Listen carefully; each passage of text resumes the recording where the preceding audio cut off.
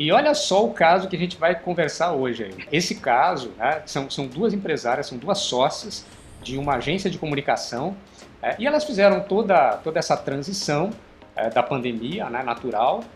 O pessoal, né, quando a coisa apertou, o pessoal foi para casa, né, e quando a pandemia começou a dar sinais de arrefecimento, começou a voltar ao normal, as pessoas ficaram liberadas, né, as que quisessem, para retornar ao escritório. E as que preferissem continuariam trabalhando na linha do remoto, né? Trabalhar no home office, como já vinha acontecendo. E aí o que aconteceu? As pessoas que voltaram para trabalhar no presencial, elas começaram a achar ruim e começavam a reclamar, dizendo: poxa, olha só, a gente está aqui, né? Está gastando transporte, está gastando nossa roupa aqui, né? Tem que se arrumar para ficar bonito aqui. E você falou aqui, né, na nossa live do YouTube, sobre se dá para trabalhar de pijama ou não, né? Muitas vezes não dá, né? Principalmente no escritório. Então as pessoas começaram a achar ruim essa parte, dizer: não, a gente merece mais porque a gente está trabalhando presencial, então a gente quer ganhar mais. E aí essas empresárias, elas se viram, né, nessa bronca, nesse dilema, quer dizer, como lidar com isso? Destacando que muitos, como é uma agência de comunicação, a maioria, né, do perfil dessas pessoas que trabalham lá são pessoas aí da geração dos millennials, né, da nova geração, que tem um mindset um pouco diferente. As empresárias já são mais maduras, né, são pessoas já acima dos 40, então já vieram, né, de uma outra realidade, já vivenciaram outras coisas. E aí elas conversaram comigo recentemente, perguntando: Vitor, a gente não sabe bem como conduzir, né, esse processo. E aí, a gente obriga todo mundo a voltar né, do remoto para o presencial. Não faz sentido a gente dar um diferencial, dar um aumento de salário. E o pessoal que está em casa, né, porque o pessoal está produzindo também. Então, como é que fica isso? E tem gente que não quer voltar, né? Tem gente que não quer voltar, a empresa tem um custo menor com esse pessoal e eles apresentam resultado. Então, a pergunta foi: o que fazer, né, numa situação dessa, como lidar, como liderar essa situação que é extremamente delicada. E aí eu passo a bola para você, para ver o que você pode trazer de insight aqui, né, para essas empresárias, dentro da tua experiência aí com líderes, com essa nova cultura, com startups também, que sei que você tem uma relação muito íntima aí com as startups. Legal trazer esse tema, né? Inclusive eu tenho um cliente com a mesma pegada que né, dessas duas empresárias aí. A primeira questão, né, para não haver esse conflito entre as pessoas do time, né, tanto no ambiente corporativo, presencial ou online, é a questão da conscientização.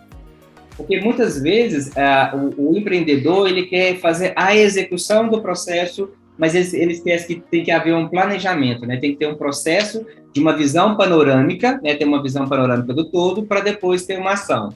Então, o primeiro momento é o seguinte: como é que foi essa comunicação anteriormente com esse time? Teve uma conscientização que no momento pandêmico teria pessoas home office, pessoas presenciais?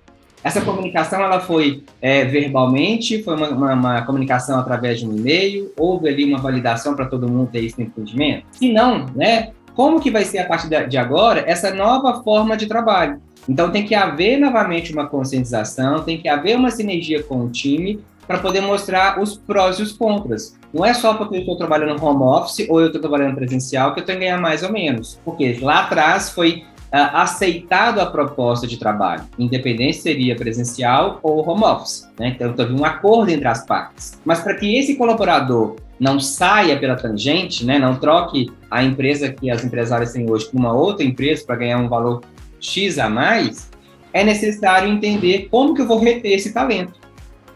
Vai ter um happy hour no final de semana, virtualmente falando, vai ter uma troca de informações ali no dia da semana, vai ter um desenvolvimento. Quer dizer, qual que é o plus que esse colaborador vai ter para que, de fato, ele permaneça no emprego que ele se encontra hoje? Algumas empresas tradicionais ainda trazem esse novo formato da estrutura para poder amenizar o impacto, né, da pressão psicológica. Por quê? Essa nova geração ela chega dentro do mercado com uma carga emocional muito grande e ela não aguenta a pressão. Ela acaba pedindo para sair. Então, o que é fundamental dentro desse contexto? Né? O que eu estou trabalhando com o meu cliente hoje, com um time de um pouco mais de 10 pessoas, inclusive ele é um coordenador de marketing de uma mega agência, é entender realmente a correlação de cada uma delas. E uma das sessões de coach, né, que a gente está trabalhando, ele me trouxe o seguinte: olha, eu vou ter que contratar uma pessoa que ganhe mais do que eu. Complicado, né? Então, como é que eu vou fazer com que esse colaborador entenda que a função de contratação dele foi X e do outro é Y? Mas peraí, lá atrás ele aceitou. É fazer com que essas pessoas que estão no home office ou no presencial entendam o processo da linha de produção. Qual que é a sinergia que há entre a engrenagem dos setores? Porque nem sempre aquela pessoa vai entender que a função dela é trabalhar para um único setor.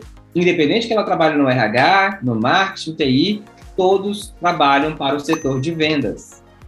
É ele que é a válvula de escape da empresa. Então, o que essas equipes estão fazendo de forma que cria uma sinergia dos processos, que tangibilize as entregas com a potencialidade da qualidade e que, de fato, eu consiga entender que o meu local de trabalho, independente que seja online ou presencial, eu vou ter o mesmo ganho, porque foi lá atrás acordado no processo seletivo. Agora, a partir desse momento, está tendo ali um conflito, é porque abriu a guarda demais. As pessoas, elas precisam entender que elas estão atuando de uma forma mais ampla, então eu tenho que atuar em várias frentes ao mesmo tempo. Às vezes, essa autonomia para atuar nessas várias frentes gera um entendimento assim, não, eu estou participando mais, eu estou me inteirando, estou sendo proativo em relação à empresa, mas isso às vezes extrapola a proatividade, né? Eu lembro que uma dessas empresárias comentou assim, Vitor, tem um cara que é da área de criação, ele é muito bom, mas é uma pessoa que ele estava querendo ditar as regras, né? Disse, não, a partir de agora o processo tem que ser desse jeito para funcionar, quer dizer, as duas que são sócias, né, as donas da empresa, elas precisam talvez definir os parâmetros, aí eu queria te ouvir um pouquinho sobre isso, para que não houvesse essa extrapolação, quer dizer, de repente você tem um funcionário que é bom, que contribui e tal, mas ele está querendo ditar as regras da empresa. Como é que fica essa questão da hierarquia, Ailton, né, nesse novo ambiente, assim, que mudou muita coisa, né? Primeiro o colaborador tem que entender o organograma da empresa. Né, em que ponto estratégico que ele se encontra. Se é uma função mais tática, mais operacional ou estratégica, mas para que haja realmente a entrega de acordo com o padrão de qualidade dessa empresa, né, no que tange essas duas sócias, eu preciso criar fluxo de trabalho.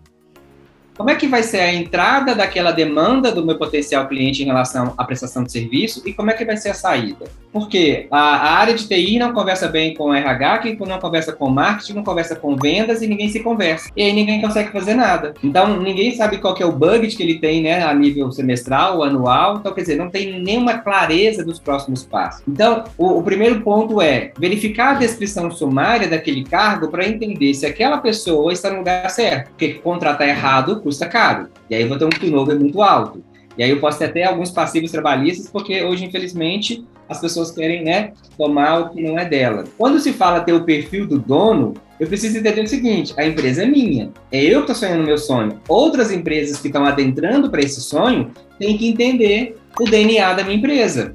Né? Então, às vezes, quando ele quer criar regras inexistentes, é porque ele não entendeu o fluxo de trabalho, ele não entendeu o DNA da empresa, no que tange missão, visão, valores. E às vezes também não adianta criar ferramentas mirabolantes, OKRs, indicadores, KPIs, enfim, se a pessoa que vai estar na linha de frente não entende esse processo. Esse plano ele tem que ser revisitado o tempo todo. Então, o primeiro momento seria uma conscientização do time em relação ao trabalho híbrido, a verificação da descrição sumária dessas funções, criação de fluxo de trabalho, né? Então, eu tenho que ter fluxo de trabalho, que seja ali um fluxograma ou até mesmo POPs, né? Procedimentos operacionais padrão, e a comunicação entre os setores. Então, tem que haver reuniões de gerenciamento, né? Entre coordenadores, gerentes e CEOs, para que haja uma sincronicidade daquele resultado em relação ao que eu quero. Porque senão, simplesmente, cada um vai fazer o seu e na hora de juntar o quebra-cabeça não funciona. Então, verificar a descrição sumária do cargo, identificar realmente a parte da conscientização do time, criar fluxo de processos e verificar o resultado final. Feito isso, o meu cliente vai ter uma boa experiência internamente, né? O usuário ele vai ter aquela experiência de fato.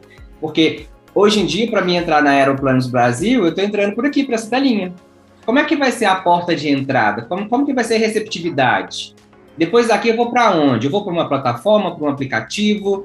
Eu tenho que ter essa consciência tanto de quem está entrando enquanto cliente, quanto do meu colaborador. O líder em si, ele tem que ter esse posicionamento digital, que nem sempre ele faz. Às vezes o colaborador ele quer trabalhar naquela empresa, porque ele acha ela linda, maravilhosa, mas ele não conhece o CEO, porque ele não tem um LinkedIn, por exemplo, ele não tem uma rede social, ele é antissocial. Outro dia eu conversei com uma coordenadora de RH, aliás, uma gerente, E ela falou assim, olha, minha empresa ela tem 60 colaboradores, né? Nós atendemos aqui uma carteira de quase 30 mil empresas a nível Brasil, e também estou num trabalho híbrido.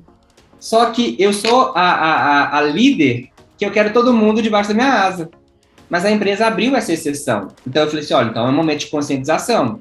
Se a pessoa tem que vir aqui uma vez por semana, é uma vez por semana. Então crie um cronograma. Que dia que vem cada um em qual horário. Que aí se você sabe quem são as pessoas, você pode conversar presencial e online. Agora também é fundamental que uma vez por semana existe uma reunião globalizada onde que está o presencial e o virtual no mesmo momento. Tem que ter esse encontro semanal, porque senão eu perco, né? Aí eu vou dar o feedback só na outra semana, aí vou perder aquela forma de atuação e o resultado não vai chegar. E aí vai criar frustração, desmotivação, o colaborador simplesmente não se sente mais parte pertencente daquela comunidade interna e ele pede para sair. Mais uma vez a comunicação, o processo, a importância dessa comunicação.